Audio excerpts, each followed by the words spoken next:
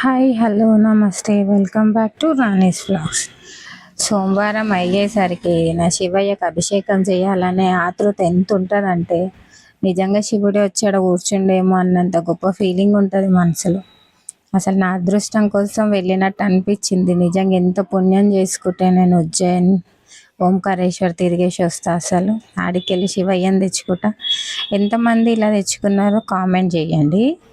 నేనైతే సోమవారం పొద్దున్నే శివయ్యకి పూజ చేసేసుకొని దేవుడి గుడిలో వాటర్ ఎక్కువ పడుతున్నాయని కిచెన్లో తీసుకొచ్చి చేస్తున్నాను. వాటర్, అభిషేకం, పాలు అన్నీ అయ్యేసరికి ఎలా అనిపించింది నా వీడియో కామెంట్ అయితే చేయడం మర్చిపోవద్దు. సోమవారం శివయ్య పూజ, శనివారం వెంకన్న స్వామి పూజ, ఇద్దరు శివకేశవులను ఆరాధిస్తుంటే లైఫ్ ఇంకా చాలు, ఇంకేం వద్దు అనిపిస్తుంది. మన కష్టాలు అందరికీ చెప్పుకుంటే ఒక టైంలో వాళ్ళు కూడా ఇట్లా ఎక్కిరిస్తారు, కానీ దేవుడికి చెప్పుకుంటే ప్రతి దగ్గర దారి చూపిస్తాడు. ఇది నేను నమ్మిన సత్యం.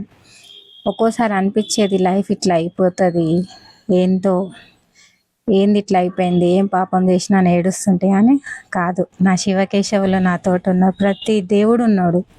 కాకపోతే వీళ్ళకి అభిషేకం చేస్తుంటే ఆ ఫీలింగ్ వస్తుంది నాకు.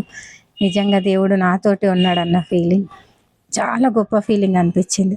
ఇప్పుడు నాకు నా ఫ్యామిలీతో పాటు మీరు కూడా నా ఫ్యామిలీ కాబట్టి నా హ్యాపీనెస్ని మీతో పాటు షేర్ చేసుకుంటున్నాను. ఈ వీడియో ఎలా అనిపించిందో లైక్ చేయండి, సబ్స్క్రైబ్ అస్సలు మర్చిపోవద్దు. Thank you friends, thank you so much.